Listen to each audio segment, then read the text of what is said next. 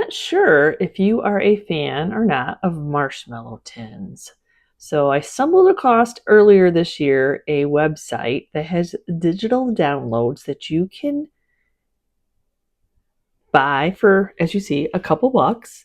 They are a direct download to your computer, and then you can print them for whatever you want. So this is an Etsy shop, Holler Park Primitives on Etsy. And I do find that she adds new ones. I'm not sure that they add new ones and they take away older ones. So I'm constantly getting alerts and then I'm checking out what they have. I am a marshmallow tin junkie. So not only campfire, but any of the marshmallow tins that I can find.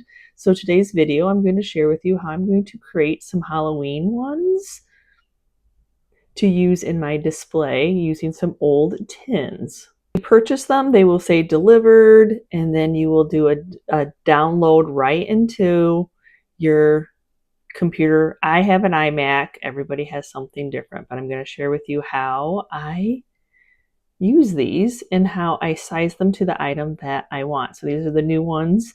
I've already downloaded them, so they're in my files. Here are the new ones that I bought, and I actually have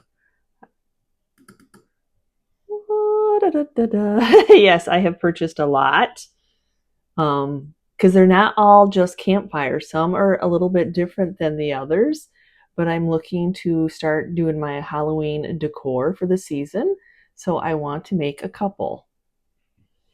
I have my little cheat sheets of using my fabric measuring tape, and then I'll share with you how I get the sizes that I need.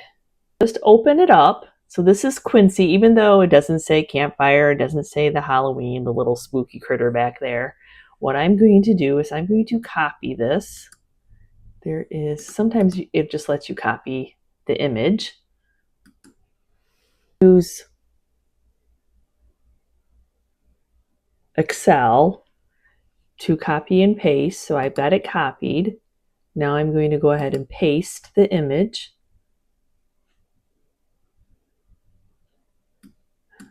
Oh, there we go.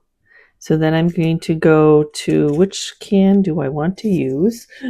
So I have the velvet that has the wonky lid on it that I can't really stack anything on top of.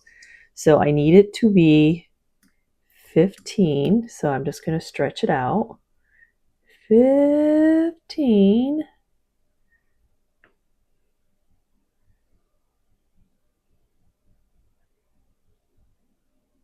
And you can give yourself just a little, because I noticed that it kind of shrinks. And then I need it to be 5. So we're going to stretch. Oh, or we're going to shrink actually. And you got to be careful because, like, see how it starts to get wonky? We don't want it wonky. So what I will do then is I'm going to shorten it so it does not look wonky. I don't want it to be wonky, but I'm still going to fill it. And you could do this too. You could, like, if it stretches out and is wonky, so instead of doing, I could do like half the 15 and do a double-sided one. So like, what's 7.5? See what 7.5 looks like. 7.5 doesn't look bad. So we could do a 2-sided. Like I said, I try to give myself a little bit extra because I noticed the last time I did this, it was like I was a little bit shy. So I'm going to do the 5 and just bump it just by a wee little. Don't go crazy or anything like that. And then I'm just going to print them out on regular copy paper, but it won't let you print it out like this. Like to print, see, it cuts it in half. So I cancel that print and then I go over, hold on, let me bring that down to my little, let's spin you around.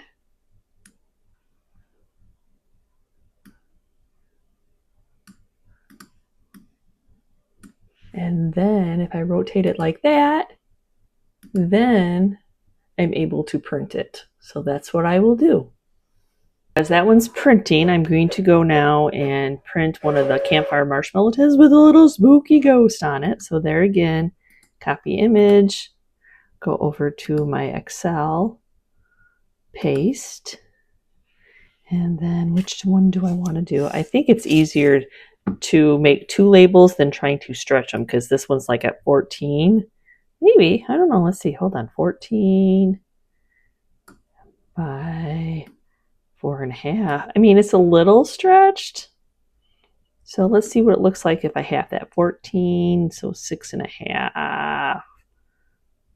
So I guess you just have to decide what, if you don't mind it stretched a little bit. Like I said, I'm just going to widen it a little. And then this one was the half. There we go. So just a wee bit larger.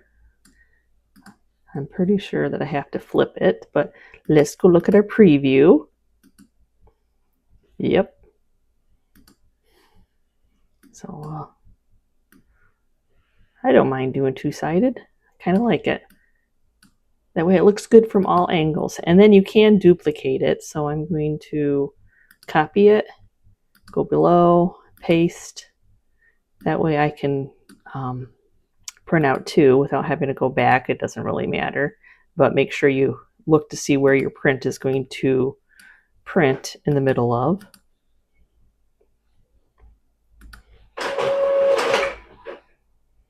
Nope. Yeah, not yet. I gotta go down farther. Oh, I guess the little line is there, so. And then, yes, I should be good now. And this is from one of my earlier, and I made one and made a little vignette in it, but I definitely want to do another one of those. Oh, that's amazing. So in today's video, we are working on marshmallow tins. Reproduction marshmallow tins. I actually have a collection of vintage ones, and I'm like, oh, when I was drawn to these, and this Etsy seller has been doing some digital downloads, and I'm like, as soon as they have new designs, I try to grab them because I don't think they stay up all the time. Sometimes they're just selling the tins that they've done, or sometimes they're selling the digital download. So I don't want to miss out for the couple bucks, because once you digital download them, they're for you to use, not to sell the download, but to use on items that you want to create. So this is the first can I'm going to be working with. My friend gave me this. I love the age of it, though unfortunately, I mean, you could sit it off to your side if you wanted to, or try to fit the lid in, but I'm going to use it a different way, though it's very yummy and very wonderful. It has its lid, which is huge. The canvas that I have is going to have like a black label on it. So I'm going to go ahead and just use my Rust-Oleum's high performance enamel in the black.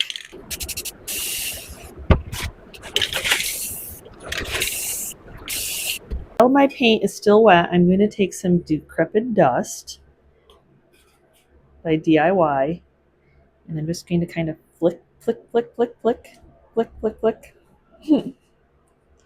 You know, because the bottom of it will be aged and rusty. So that's kind of what I want, the black, but I want a little bit of the age. Don't worry, we're not going to see just like that spot. But I'm going to spray it with some weather defense right over the top of it. It blends it is what I'm hoping for. We'll see. Okay, now we're going to go ahead and cut the labels out.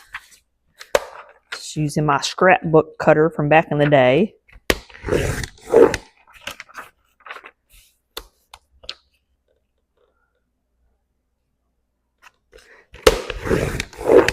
Now, before adhering them to the tin themselves, I'm going to seal the label in. I don't want any bleeding happening, anything like that.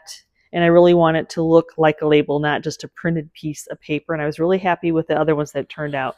So I'm going to seal both sides in with weather defense. I don't know, you can get weather defense on Amazon. I always share the Amazon link, but I actually have been buying it by bulk, a dozen at a time, from one of the Gardman companies direct. Not that it's a better deal, I'm just, because I go through a lot of it and it's my go-to top coat. So I think it turned out pretty good. I mean, yeah, you can kind of tell I splattered it, but I can tweak my technique as I work on the project. But that definitely gives it that old. Some of it's not completely covered. It's even better. I mean, you don't want to make it perfect when you're doing perfectly imperfect. So I'm thinking that the black is going to be fine with the green underneath it. I think that it will cover it up. I'm hoping that it doesn't completely match. I don't know why it kind of does that sometimes. But for right now, I'm just going to do what I'm going to do, and then you can cut some extra pieces and fill in that space. I don't know why sometimes when you measure it and you print it off, it's like two different, it's a guesstimate of it all. So it's all good. So what I'm going to do first is just, I guess it doesn't matter because that's kind of a seam. We're going to be adhering them using some decoupage transfer gel. That's my extra to cover my spots that I've learned from the last time that I did this. My favorite thing to decoupage with. So I'm just going to go ahead and put it on there. You can put it on your paper if you want, or you can put it on the item. Oh, hold on. I didn't realize there was a little tag on here. That would be showing. Yeah, what? Yeah, that would not be $6.90. So it's a little bit newer. We know it's newer because it has a barcode, but definitely newer. So I did spray both sides of this, of the paper. Dry my hands off. Try to get it as close to the bottom as I can.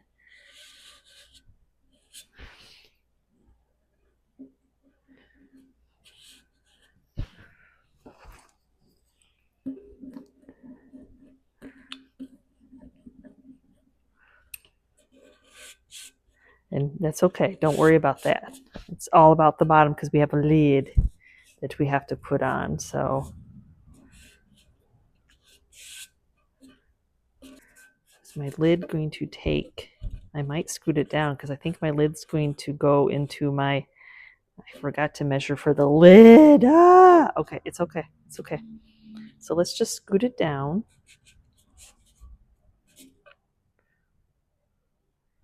I'm feeling where like there's a lid mark here. So I'm feeling where that is. I'm glad that I noticed that before. before. Yeah. And the thing is, don't stress about the wrinkles. Everybody's always stressing about wrinkles. I don't know why. I don't know, character, I think, but I guess I'm not one of those that stresses about wrinkles. So I'm just gonna do that. Is there some green showing on top now? Yes, there is. Is that okay? Sure. We're going to make it okay. But this is kind of like why I want to seal the paper in first, because then you have more playtime of moving things around. Because if you don't seal it in, then all of a sudden the paper's ripping on you, and that's no fun. You got wrinkles and rippage all at the same time, which could just drive somebody batty up the wall. But I am not going to stress about that. So I'm just going to try to get, yes, the top coat seals the paper in, but it also gives you, like, see, if I didn't seal it in, the paper would have ripped by now. Okay, now we just have this. I'm sure it's probably some type of a tea, but like I said, I'm going to be I like the lid because I thought I could set some of my decor on it. So this is this one. And I did remember to measure down for the lid on this one. I did not on the first one I did. You'll have that. We learn as we go. I am constantly learning.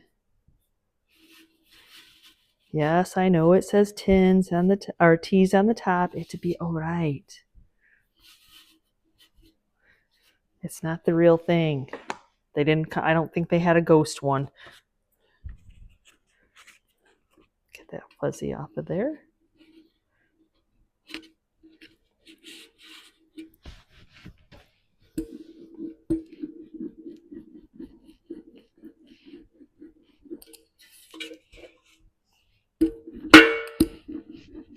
That one went on the easiest. Okay, now I think it was a velvet tobacco tin. You hardly see anything left. These are as clean as they're going to, these are pretty much as clean as they're going to get. But I'm going to be leaving the lid on, so I don't want to put the, that all the way up there. And then we see, I don't know. So we'll see how this works. So I measured off the same way with the measuring tape. And then I'm hoping that these fit. So let's get them cut out and see what we got. Because this one, that's definitely a rusty crusty. And I'm not sure if I should paint it beforehand or not. But I just want to make sure that my label fits. Because usually when you decoupage, you want your label to pop and you want it white underneath, and that makes your label pop. But we're trying to make these look old. So I'm like, well, would it work better if I didn't paint that white? I left it the rusty crusty. So it's funny, I call this Tracy's tool because she's the one who sent it to me. I'm sure she has a proper name for it. So I'm hoping, oh yeah, that'll be wonderful because it'll go lower. I'm just going to, if some of the rust came through or the age of the tin, it would be wonderful. I did remember to leave on this one the lid.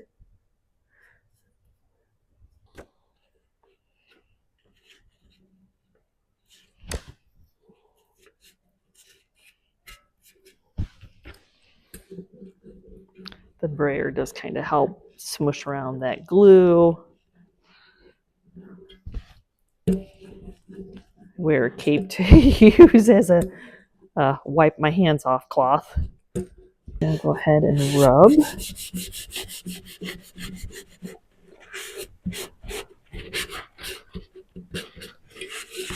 Try to get my glue all, getting every part of this down as best as we can. Okay, let's do the other side.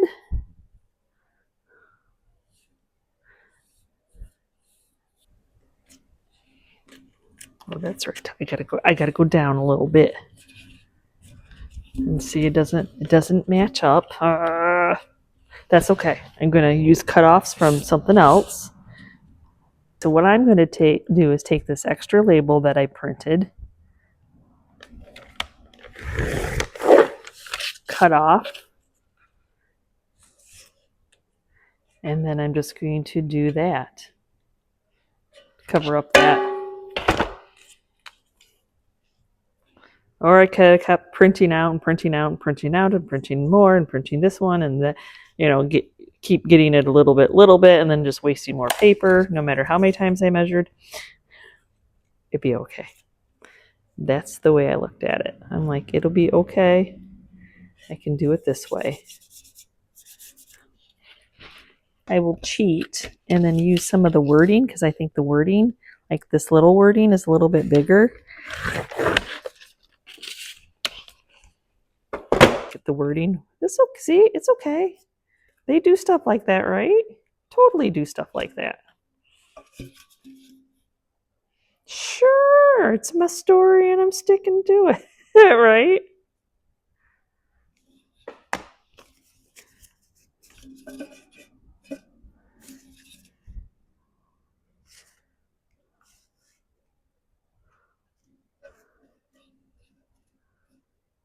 The other side on this one.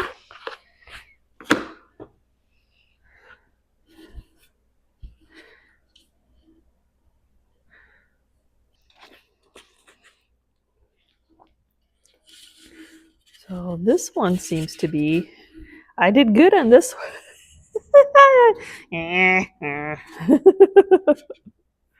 Oh, you just never know. Okay, so I need to make sure that we are somewhat, because we're actually overlapping, which is the way you'd like it to be, but why that wouldn't print out the way I wanted it to be, who knows? The first one I did.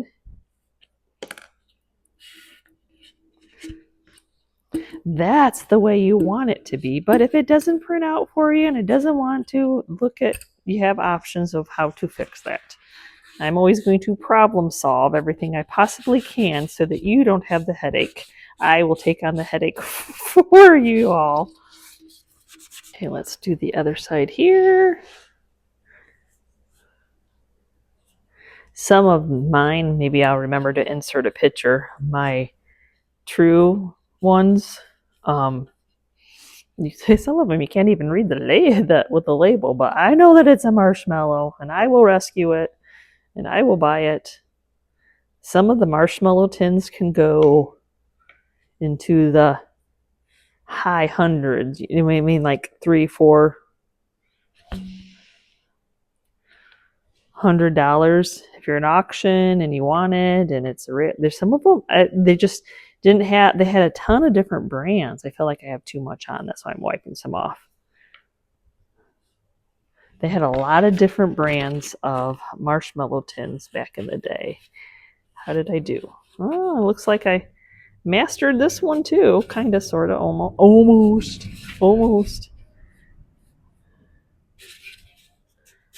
Hey, there you go. Go figure. Where did I go wrong on that first one? And my measurements, who knows?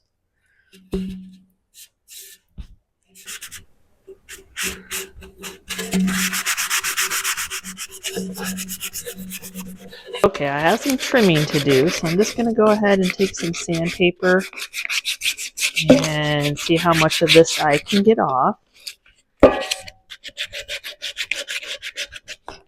Which I should be able to. Shouldn't be too much of a problem. Maybe a little bit where the layers are. Sometimes you got to re-glue it back down. It's all good. I'll just take a little bit of the Star Bond CA glue, go underneath there.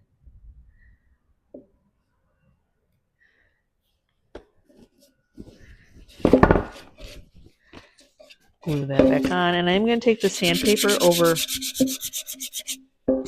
because remember, we don't want this to look new. So any of those high spots or imperfections. It's so hard to do because you're like, no, but you just got to do it. So if it was a 100-year-old marshmallow tin, it wouldn't be perfect. This isn't a 100-year-old, but it doesn't matter. So now what I'm going to do is I'm going to take a stronger, this is 80 grit, and I'm going to go around that top, and I'm going to try to sand as much of the green off that decided that, you know, when I had to lower it, it was going to be showing. And as you see, it is sanding off. My last ones that I did, I actually waxed and then I put some decrepit dust on and stuff. But I really liked how the spray worked on the lid. So that's what I'm going to do here. Where's my seam? I'm going to start off with my seam first. A little bit of spray because this actually does dry fast. And I've got the decrepit dust in the dark and then in the warm.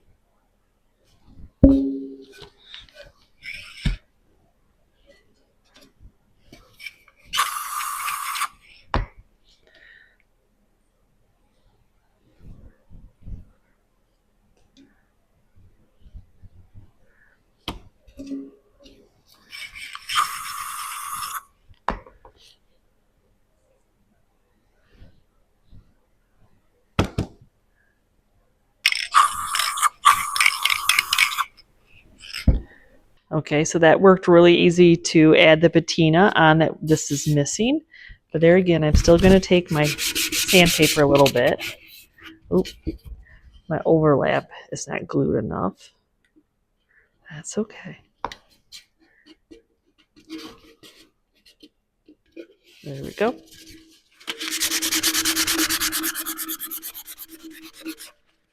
I guess you don't have to do this part, but I think it gives a little bit more aged patina.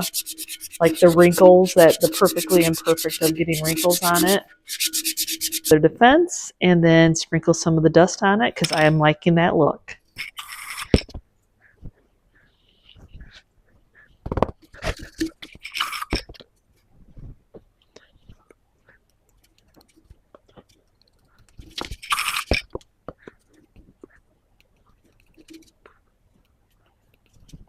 Okay, see how it's darker from the darker tin underneath. I'm not going to stress about that being red at the top. If it sands off a little bit, it sands off. If it doesn't, then so be it. Got to be careful with 80 grit because sometimes it like leaves more lines than. Okay, got most of it off. So I'm going to go over the paper. Almost feel like this bottom, I need to jag it up the nice clean paper a little bit though. But I'm using the 80 grit, so I gotta be careful now I'm not ripping it off. Definitely a huge difference between the 220 and the 80 grit. Let's see how this works out on the really light label. We'll see.